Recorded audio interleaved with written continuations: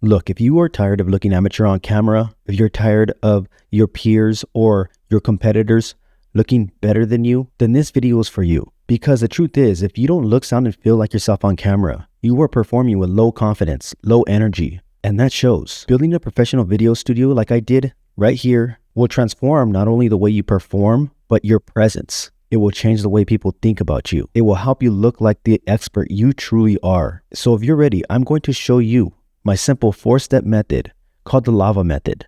It stands for lighting, audio, video, and aesthetics. Today, we're going to dive into lighting. So let me quickly introduce myself. My name is Rob. I'm a studio designer who helps entrepreneurs build professional video studios from either their home or their office. Now, why should you trust me? Well, I spent 15 years touring as a DJ and in audio video engineering. So today, I'm gonna bust out the book. First, we're gonna start off with 3-point lighting and why it's important. We're gonna go through the studio lights, the softbox, tripod, variables, angles, positioning, brightness, temperature. We're gonna talk about ceiling and outdoor lighting, hard versus soft lighting, and so much more. So let's get right into it. Now, when I'm filming, I like to use a 3-point lighting system. I currently have a 2-point system going on, and it is my key light and my background light. I currently do not have my third light on, which is the fill light. As you can see on this end right now, it's shadowy, right? But if I were to turn on my secondary light, which is the fill light, you're gonna see the difference. So let me show you. Boom, there you have it. So this is a 3-point lighting system. I have one key light, which I either have at my 2 o'clock or my 10 o'clock position, depending on where the background is, where my shot is. Okay, my background currently is diagonal, like this. Okay, it's not straight ahead.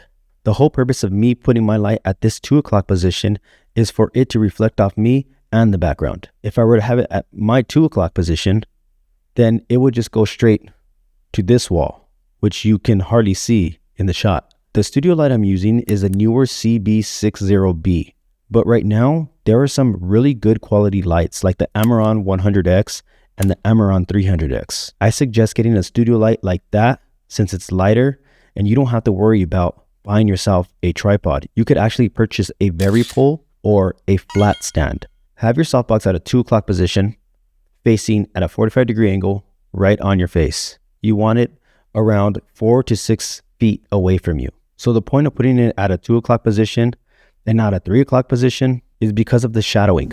As you can see, I have like some shadows right here on this end. You know, it looks nice, subtle, and soft. But if I were to have it more on this end, you're not really gonna see this eye and a lot of my cheek area. If I were to have this off, it looked like freaking hardcore motivational content or something. The size of the softbox also matters. You want it in between 25 to 35 inches. So if you want a little harder of a look, go with the 25. But if you want a softer look, go with the 35. Now right here, I have the fill light, but I have this set at an orange temperature just to give me some more light on this end right here. As you can see, I can either put it on this end or I can stick it to my ceiling and give me some nice lighting up here. I just like it right here because it's easier to set up, easier to charge, and I personally like the way it looks. Now, in order to achieve this, you want this at a 9 o'clock position or a 3 o'clock position, and you want it on the opposite side of your key light. If you have the fill light at a 3 o'clock and your key light at a 2 o'clock, you're not gonna achieve these results. Lastly, let's talk about the backlight. These backlights are 1-watt bulbs from Amazon, and they provide nothing else but depth to my shot. If these were brighter and cooler lights, it'd be looking kind of weird back there, right? It'd be looking like a kitchen or a hospital room. You don't want that. The whole goal is to create a mood, create an atmosphere when people are watching your content. That's why when you have a mixture of warm and cool inside your studio, it gives a type of vibe. I have this studio light at 25% brightness. And the reason for that is you are going to be using your camera and the studio to equalize the brightness. There's a trick called ISO that is on your camera, and you want that number as low as possible. In order to achieve that, you have to brighten your studio light. When I had my studio light at 10%, I had to raise this ISO in order to get this look. But when you introduce more ISO, it introduces more grain. It does look brighter, but you're gonna have more grain in your video. So I don't want that. I want it to look nice and sharp. So when you are creating content, focus on this first before you ever focus on the camera. Your lighting is probably the most important thing that you should think about when you are making content. Next is temperature and CRI. When you are purchasing a studio light or a fill light, you want an accuracy number of 90 or more. This is simply the true color accuracy of your lights. See, color temperature, also known as Kelvin, dictates the warmth or coolness of your light. 2700 Kelvin, that is going to be super warm.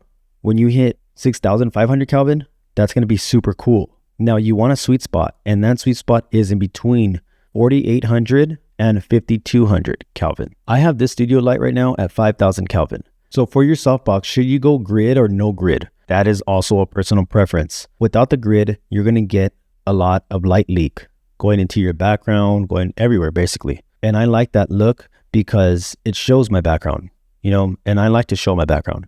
But if you're making like deep, emotional driven content, a grid light, it looks so clean because there's no light leak in the background and it just focuses on you and in this moment. It's all personal preference. Now let's quickly talk about your outdoor lighting. If you have a window or a door, a glass door that leaks light, then I suggest getting blackout blinds or curtains that will block that light. Because if you're creating content and you're using that as your light source, that light source changes throughout the day. In minutes, it could change. So I suggest you block out the blinds so you control your lighting at all times. Make sure you also have your ceiling lights off. You do not want light coming down and creating a shadow effect under your eyes, making you look tired. Now, I know that this is a lot to take in. I did provide you a gear list down below with all the light sources that I have bought. That's including the camera, all the gear that I have in here. I have it all in the gear list. If you want it, check it out in the description below. But if you're interested in like a do-it-yourself course, I was thinking about building one. If you are interested in that, then join the waitlist down below.